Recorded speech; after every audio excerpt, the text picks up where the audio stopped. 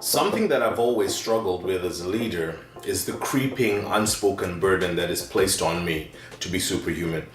It's not like I'm being asked to fly or solve major crimes, but there definitely is the expectation that because I occupy a leadership position, I'm somehow supposed to not simply conduct my business with integrity, but be more perfect than everybody. Now, every time I share this struggle, people jump immediately to Paul's letter to Timothy in the New Testament, in which he gives instruction about the kind of leaders that should preside over the church plant that Paul started and Timothy was sustaining.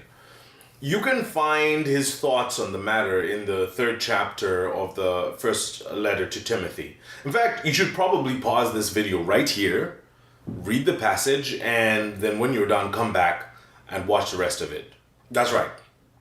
Pause right now. Welcome back.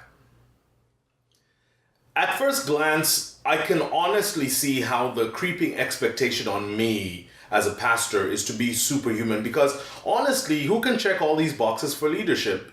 You would literally have to be superhuman to check all these boxes and maintain them for the rest of your life. Even the passage of the title in even the title of the passage in many versions of the scripture that are out there has referred to Paul's thoughts on who should be leaders as qualifications. And as a result, they're used as a hard and fast rule, and yet you would be hard pressed to find a leader who has not failed or struggled on at least one or two or even more of these points. My personal opinion on the matter, as I've read and reread Paul's letters, is that the thing that he was prescribing was not so much a hard and fast list of qualifications, but rather he was advocating for leaders that strive to live a life of integrity. By looking at this passage as a checklist, we've inadvertently created our superhuman qualification list when we really should be looking at it as aspirational qualifications. I don't think Paul was asking Timothy to ensure that he had perfect leaders. I think he would be the last guy to do it, which is why he was a preacher of grace. You see, Paul was a murderer. Paul caused trouble everywhere he went. Paul had a bad temper that caused a huge rift with him and one of his former workers. Paul had never been married and so had an outsider's perspective on marriage, and more to that, he had never had kids and so did not know what it was like to have rebellious teenage children.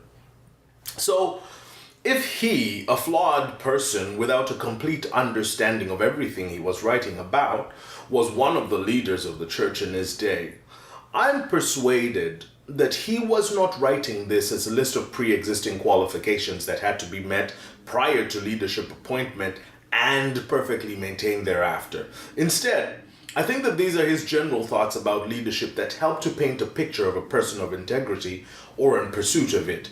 And I believe that the pursuit of integrity is very different from the pursuit of perfection. Integrity gives room for imperfection. Perfection has no room for mistakes. Integrity gives room for improvement. Perfection assumes that there is no need for it. What I have observed in myself and in other leaders in the church, and indeed in secular society, is that because a tremendous burden is placed on us to be superhuman, we eventually buy into it. Some of us get so invested in the message of perfection that we are projecting that we get seduced by it. We go to great lengths to hide our imperfections, and we overtly or surreptitiously feed the legend of ourselves. Because we project the image that our lives are perfect, they quickly become the examples of doing things well, getting things right, and learning the right lessons. We scrub clean the reality of our situations and instead paint portraits of individuals and families that have things sorted out. Even in situations where the leader may not be intentionally creating the illusion of perfection, the fact that they propose solutions to people's problems week in and week out as some kind of know-it-all encyclopedia creates the unspoken assumption that they have life all figured out. And in the end, by looking like they have all the answers, they end up inadvertently creating a similar illusion that their life is perfect. Pretty soon, the pedestal that we as leaders were given has germinated so much on the illusion, on the nutrients of the illusion of perfection, that it is so high and unsustainable and terrifying. And because we're so invested in the legend that we have created about ourselves, we are unable to destroy the pedestal, and the only way we can return to ground is through a huge crash. I'm going to let you in on a little secret about leadership. Most of the leaders above you are stressed by the illusion they have to perpetuate. Most of them are terrified about you finding out that they're just as messed up as you are. And speaking from my personal experience, the more unsustainable the illusion becomes, the more you have to lie about what is really going on. Part of it comes from the expectation of the people that you lead and the disappointment that they feel and they show when they brush up against your brokenness. But more often than not, it comes from the flames that were fanned into life by the leader. And so, we live trapped by an unsustainable demand on our flawed humanity. Look at every leader that you know of that has been publicly disgraced. The one thread that binds them all together leading up to their very public humiliation is a mountain of lies and deception. It all starts so simply, a small lie here and there just to maintain the illusion of perfection. Now, if integrity was the agreed upon standard for leadership between leaders and followers, there would be room for imperfection, but it is not. Perfection is the standard, and pretty soon the small lies pile up, and before you know it, the leader is buried in an avalanche of deception, and we who looked up to them proceed to wring our hands, and then when we're done, we set more unattainable standards for the next person that fills that position. This is messed up. You know what the sad thing is? The more we are led by people desperately attempting to maintain the illusion of perfection, the more we become societies that mirror their leaders. So these days we inhabit societies that, just like their leaders, are very heavily invested in the illusion of perfection. Integrity is not the goal, perfection is. Now, every time I speak like this, I get major pushback. I get accused of lowering the standard for leaders and completely disregarding scripture, and yet it is precisely my examination of scripture that has led me to think this way. After all, every last one of the heroes of scripture is a properly flawed character that God somehow uses. And as I've thought about the differences between integrity and perfection, I've become more and more persuaded that one of the rubber meets the road ways in which the leaders of Pivot 613 are going to be different is that they are going to strive for integrity and not perfection. Perfection is an unsustainable model of leadership, and it has created tremendous dysfunction in faith communities all over the world. Integrity and the pursuit of it is a much more sustainable model of leadership. However, it is going to require a major paradigm shift among the people that are being led.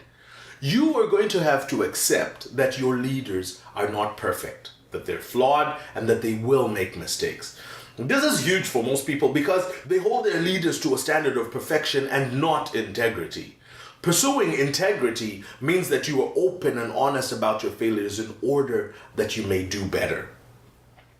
A nasty byproduct of leading people from behind the illusion of perfection is not only do leaders place impossible standards on the people that they lead, but they have a tendency to lord it over their subordinates. In the process, they create hostile environments rife with political maneuvering and power struggles. Just last week, I was talking to somebody who was telling me about the inevitability of politics in congregations, and I could not help but have a little heartache at the assertion.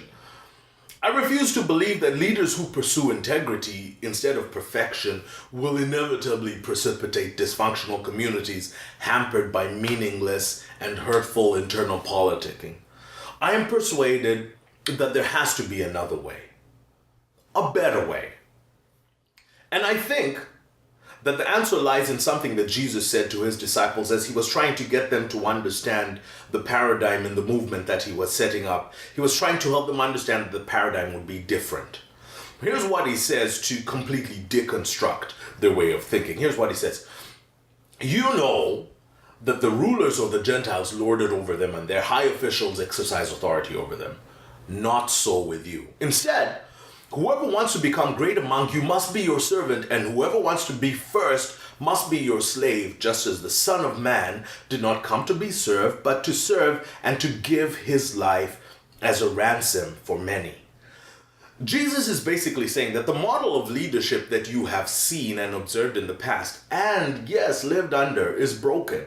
Look at the dysfunction it has created. Look at the autocrats it has spawned. Look at the facade it perpetuates. Look at the toxic climate it precipitates.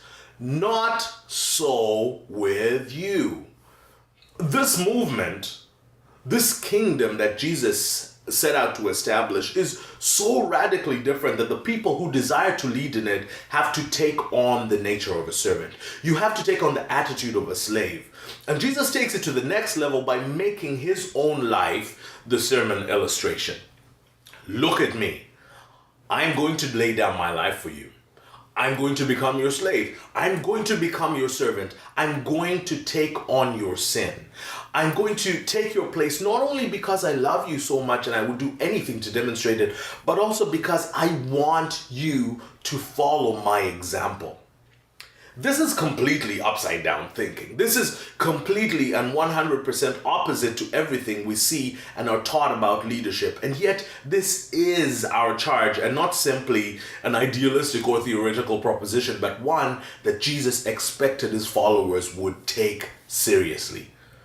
I honestly believe that if we change the game and leaders chose to step out from behind the illusion of perfection and choose integrity, that we might just find our way to a kind of kingdom community that very few of us know or expect.